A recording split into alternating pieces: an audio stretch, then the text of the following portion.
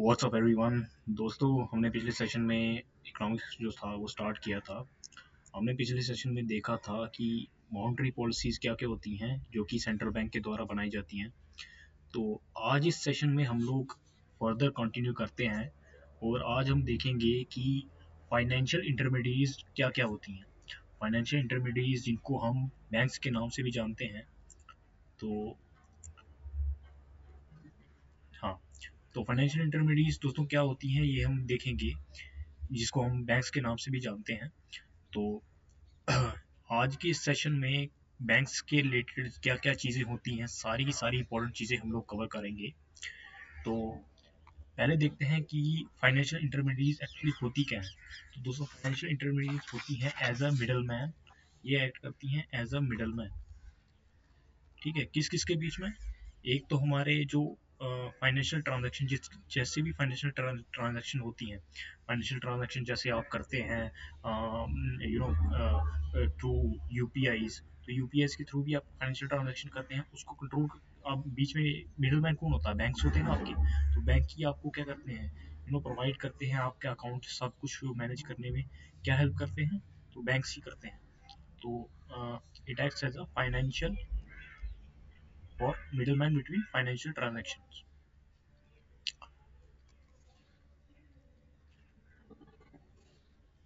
तो अब देखते हैं टाइप्स ऑफ फाइनेंशियल इंटरमीडिएट्स। तो दोस्तों, टाइप्स क्या क्या होंगी इसकी? ये दो टाइप में कैटेगराइज्ड है। एक आ गई बैंक्स और दूसरी आ गई नॉन बैंक्स। ठीक है, तो बैंक्स में भी दोस्तों फर्दर ये टू टाइप्स में कैटेगराइज्ड है। One is commercial banks, another is non sorry cooperative. तो कमर्शियल बैंक्स दोस्तों कंटेन करते हैं हमारे पास जो भी आपके पब्लिक बैंक्स आ गए। ठीक है, पब्लिक बैंक्स, आपके प्राइवेट बैंक्स,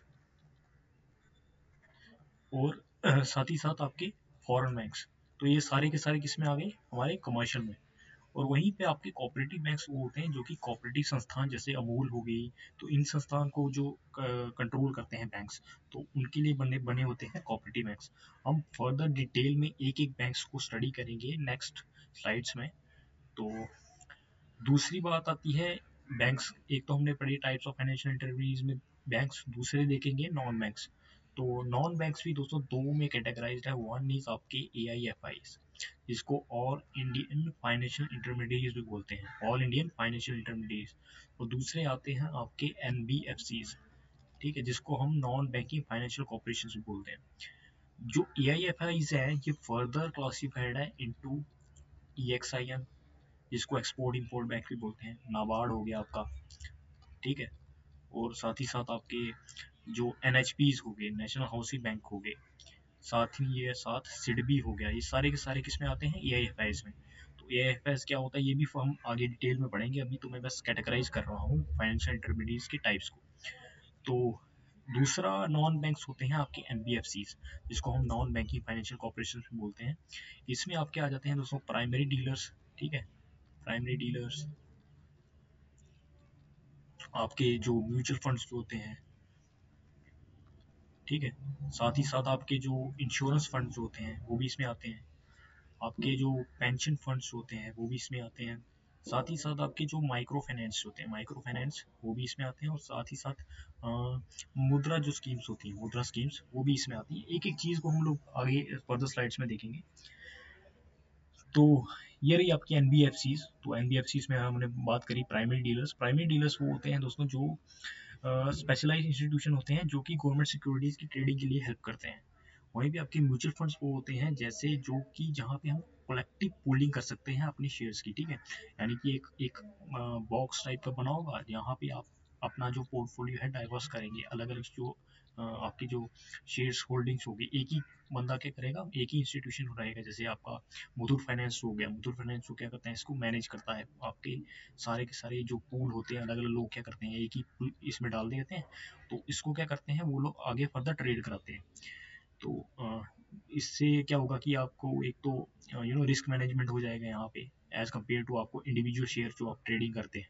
तो यहाँ पे एक ही बॉक्स में आप लोग क्या कर रहे हैं, सारे के सारे जो हैं शेयर होल्डर्स अपने सारे के सारे शेयर डालेंगे, इसी में खरीदेंगे। तो आपका जो इंस्टीट्यूशन जो रहेगा वो इसको ट्रेड कराएगा, ठीक है, ट्रेड कराएगा इसकी वैल्यूज को। कोई भी इंस्टीट्यूशन जैसे मुथूट फाइनेंस हो गया, तो वो क्या करता है, इस ट्रेड इसकी जो आपके पूल जो हो गया इसको ट्रेड कराएगा।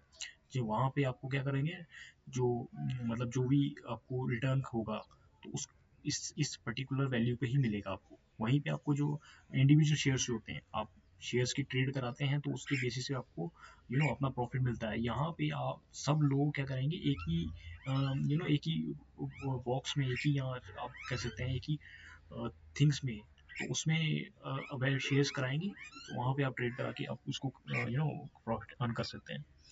अगली बात करते हैं हम लोग इंश्योरेंस फंड्स की। इंश्योरेंस फंड्स वो होते हैं जो कि रिस्क मैनेजमेंट के लिए यूज होते हैं। रिस्क मैनेजमेंट, आप इंश्योरेंस नाम ही रिस्क के लिए होता है, तो रिस्क मैनेजमेंट के लिए हम लोग इंश्योरेंस फंड होते हैं। Pension funds long term retirement savings के लिए आप यूज कर सकते हैं। माइक्रो फाइनेंस और ये होते हैं किसके लिए होते हैं, स्मॉल स्केल लैंडिंग और फाइनेंशियल इंक्लूजन के लिए होते हैं। हाँ, अब देखते हैं कि एक्चुअली में सेंट्रल बैंक का ओरिजिन हुआ कहाँ पे। तो कैसे कैसे सेंट्रल बैंक बना, इंडिया में कैसे कैसे आरबीआई की ओरिजिन हुआ, कैसे ये ट्रांसफॉर्म हुआ इनटू द बेसिस 1935 में इसका लॉ आया, उसके बेस पे ये इस्टेब्लिश हुआ। लेकिन उससे पहले की कहानी क्या थी वो भी देखते हैं। तो 1913 में क्या थे आपके जो कमर्शियल बैंक्स जो थे, कमर्शियल बैंक्स क्या हुए थे, उनको रजिस्टर कराना पड़ता था किसमें, अपनी कंपनीज एक्ट के, कंपनीज एक्ट में रजिस्टर कराना पड़ता था। तो अ, उसके बाद क्या हुआ, दोस्तों 1926 में जाके एक कमीशन आई जिसको कहते हैं रॉयल कमीशन।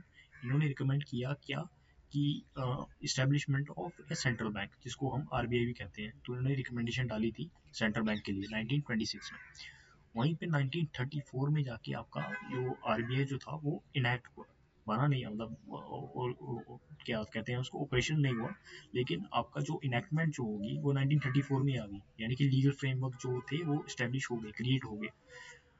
उसके बाद 1935 में जाके ये ऑपरेशनल, फर्स्ट टाइम जो ऑपरेशन हुआ था, मतलब फॉर्म में जब आया था, तो ये आया था 1935 में, तो जो कि अप्रैल की डेट थी, तो तब जाके आरबीआई जो क्या था ऑपरेशनल हुआ था। वहीं पे 19 एक चीज यहाँ हमेशा 1943 में सी डी देशमुख जो थे, सी डी देशमुख, वो हमारे पहले फर्स्ट इंडियन, ठीक है, जो कि गवर्नर बने थे आरबीआई के। और फर्स्ट गवर्नर कौन थे, ऑब्सोन स्मिथ। ऑब्सोन स्मिथ जो थे वो पहले गवर्नर बने थे, ठीक है। फर्स्ट गवर्नर जो थे वो ऑब्सोन स्मिथ थे, और फर्स्ट इंडियन गवर्नर जो थे वो थे सी डी देशमुख। तो उसके बाद 1949 में एक एक्ट आया जिसको कहते हैं बैंकिंग रेगुलेशन एक्ट, ठीक है, जिसकी वजह से क्या हुआ कि जो आरबीआई थे उसको लाइसेंस मिल गया रेगुलेट, यानी उसकी पावर्स जो थी वो उसको मिल गई, और उसको लाइसेंस मिल गया, ठीक है।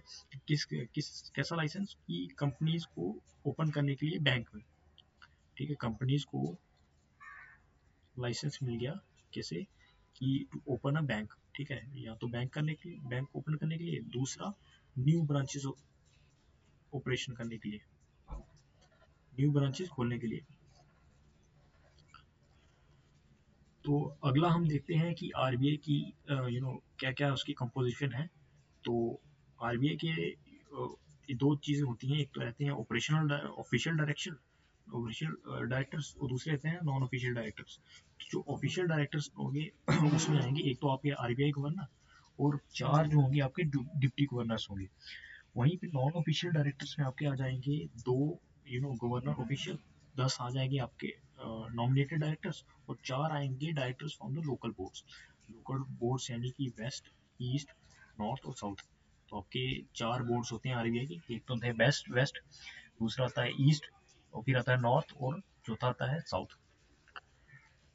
अब देखते हैं हम लोग कि क्या क्या फंक्शंस रहते हैं आपकी सेंट्रल बैंक के या आरबीआई के। तो ये एक्ट कंट्रोल करता है किसको, मनी सप्लाई। पहले तो ये कंट्रोल करता है किसको, मनी सप्लाई को। मनी सप्लाई को कंट्रोल करता है, जो भी आपकी मनी आ रही है, पैसा आ रहा है कंट्री में, तो उसको कंट्रोल कौन करता है, वो करता है आरबीआई। और दूसरा ये करता है इन्फ्लेशन को कंट्रोल, ठीक है, इन्फ्लेशन को भी कंट्रोल करता है। इन्फ्लेशन को कैसे कंट्रोल करता है, हमने पिछले सेशन में डिटेल में पढ़ा था कि कैसे वो इन्फ्लेशन को कंट्रोल कर सकता है by the help of CRR, SLR और रेपो रेट, जो कि इसी को हम बोलते हैं मॉनेटरी पॉलिसीज ऑफ RBI। तो आगे देखते हैं इसकी। हाँ, तो इसके बाद इन्फ्लेशन को कंट्रोल करता है, और इसके बाद इसके साथ साथ वो फॉरेन एक्सचेंज को भी क्या करता है, कंट्रोल करता है। फॉरेन एक्सचेंज को कैसे कंट्रोल कर सकता है, थ्रू FEMA एक्ट, जिसको हम फॉरेन एक्सचेंज मैनेजमेंट एक्ट बोलते हैं।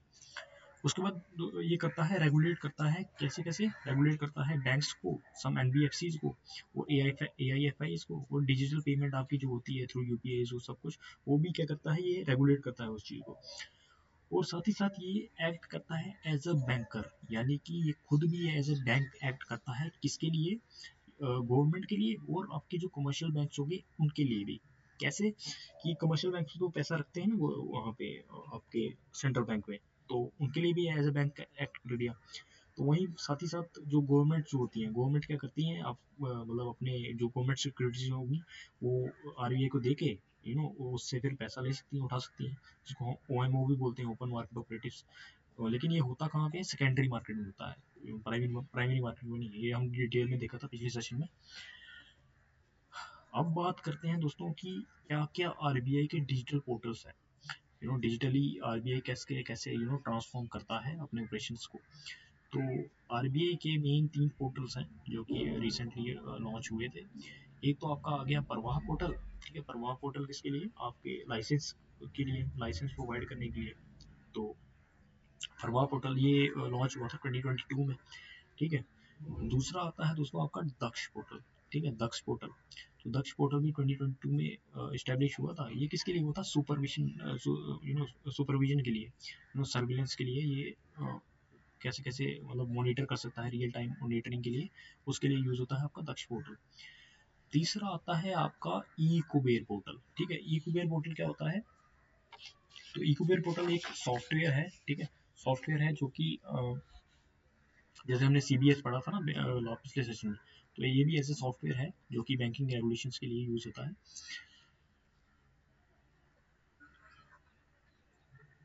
उसके बाद हम लोग देखते हैं कि आपके जो कमर्शियल बैंक्स होंगे वो क्या होंगे, ठीक है। कमर्शियल बैंक से हम लोग देखेंगे आपके शेड्यूल बैंक्स, ठीक है। कमर्शियल बैंक से पहले हम देखते हैं शेड्यूल बैंक।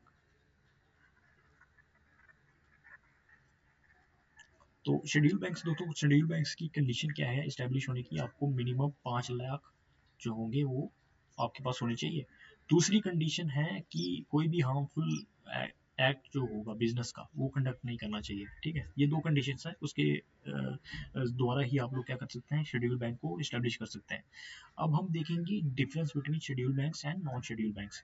तो डिफरेंस क्या होगा एक शेड्यूल बैंक में और नॉन शेड्यूल बैंक में। तो शेड्यूल बैंक दोस्तों क्या होता है, शेड्यूल बैंक में आप लोग क्या कर सकते हैं, नीड टू यहाँ पे CRR और SLR जो होता है वो ज़रूरी होता है, वहीं पे यहाँ पे ज़रूरी नहीं होता है, ठीक है। दूसरा डिफरेंस हम लोग देखे हैं यहाँ पे, ये एलिजिबल होता है पार्टनर करने के लिए किसमें, गवर्नमेंट फाइनेंशियल स्कीम्स में, यानी कि आपकी जो गवर्नमेंट स्कीम्स जो होंगी उसमें ये क्या होगा, एलिजिबल होगा। वहीं पे NSBs में ये नहीं एलिजिबल है, यानी कि नॉन शेड्यूल बैंक्स में ये पॉसिबल नहीं है। अब हम देखते हैं दोस्तों कमर्शियल बैंक्स। पहले हम देखेंगे कमर्शियल बैंक्स का ओरिजिन कैसे हुआ था, कमर्शियल बैंक्स का कौन से आगे, ये में आपके पब्लिक बैंक्स आ गए, प्राइवेट बैंक्स आ गए, फॉरेन बैंक्स आ गए, नहीं, पब्लिक बैंक और आपके प्राइवेट बैंक्स सारे के सारे आ गए, ये किस में आ गए, कमर्शियल बैंक्स में आ गए। साथ ही साथ फॉरेन बैंक्स हम डिटेल में एक्स्ट्रा पढ़ेंगे इसके अलावा, लेकिन वो भी इस किस में आता है, कमर्शियल बैंक्स में ही आता है। तो कमर्शियल बैंक से हम देखेंगे ओरिजिन कैसे कैसे हुआ था। 1770 में आपका पहला बैंक जो बना था, बैंक ऑफ हिंदुस्तान बना था, जो कि कलकत्ता में बना था, लेकिन ये यूरोपियन ओन था, हम इंडियन ओरिजिन का बैंक नहीं बोल सकते इसको। दूसरा आपका 1806 से लेकर 42 के बीच में 3 प्रेसिडेंसी बैंक्स बने थे, कौन कौन से, बंगाल, बॉम्बे और मद्रास, ठीक है। वहीं पे फिर आपका 1894 में आपका जो PNB जो था वो फाउंड हुआ था, किसके द्वारा, लाला लाजपत राय के द्वारा। तो PNB जो आपका तो था वो इस्टेब्लिश हो गया था। फिर 1921 में जाके आपका जो ये वाला बैंक्स जो थे, तीनों बैंक्स ये मर्ज हो गए थे किसमें, आपके IMI में, IMI यानी कि इंपीरियल बैंक ऑफ इंडिया। तो ये तीनों बैंक इसमें जाके मर्ज हो गए थे। फिर 1955 में आपका जो इंपीरियल बैंक जो था, इसी को फर्दर जो क्या था SBI में इसको रीनेम कर दिया था, किसमें, SBI में, यानी कि इसको नेशनलाइज कर दिया गया। तो इसका नाम क्या बना फिर, स्टेट बैंक ऑफ इंडिया। पहले क्या था, इंपीरियल बैंक ऑफ इंडिया, वहीं पे इसको फिर रीनेम कर दिया गया, जिसको बोल दिया गया SBI। ठीक है। अभी जो रिसेंटली जो मर्जर हुए हैं, रिसेंटली आपका SBI ऑफ बीकानेर, जयपुर, ठीक है, हैदराबाद, ये भी क्या हुए 1940 में जाके ये इस्टेब्लिश हुए थे। अब हम देखते हैं अमालगमेशन ऑफ बैंक्स, यानी कि मर्जर ऑफ बैंक्स। ठीक है। अब आपको मालूम होगा कि बैंक्स में काफ़ी ज़्यादा वर्कलोड होता है, काफ़ी ज़्यादा आपको डाटा पब्लिकेशन करनी पड़ती है। तो उस चीज़ को मैनेज करने के लिए हम लोग क्या करते हैं, बैंक SBI ने क्या किया, RBI ने क्या किया कि आपके जितने भी जो बैंक थे उनको क्या कर दिया, मर्ज कर दिया, थोड़े थोड़े बैंक्स को मर्ज कर दिया, ताकि जो वर्कलोड था वो कम हो सके। तो उसी को बोलते हैं हम लोग अमलगमेशन ऑफ बैंक्स।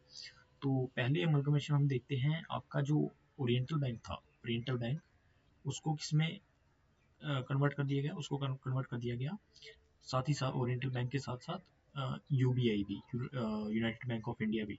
ठीक है, यूनाइटेड बैंक ऑफ इंडिया। तो इसको मर्ज कर दिया गया किसमें, PNB में, 1984 में। उसके अलावा आपका दूसरा हम लोग मर्जर देखते हैं, दूसरा मर्जर देखेंगे आपका जो सिंडिकेट बैंक था, सिंडिकेट बैंक था, उसको मर्ज कर दिया गया किसमें, आपका जो कैनरा बैंक है।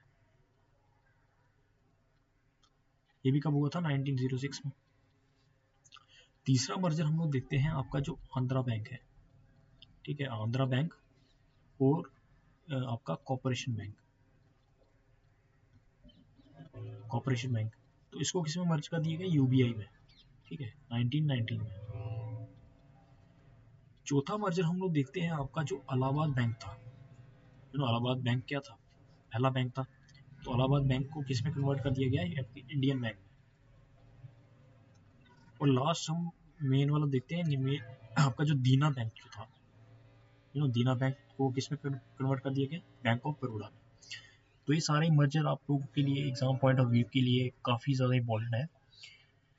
तो अब हम देखते हैं फॉरेन बैंक्स को। हालांकि फॉरेन बैंक्स कमर्शियल बैंक का ही पार्ट है, लेकिन हम इसको भी देखते हैं डिटेल में।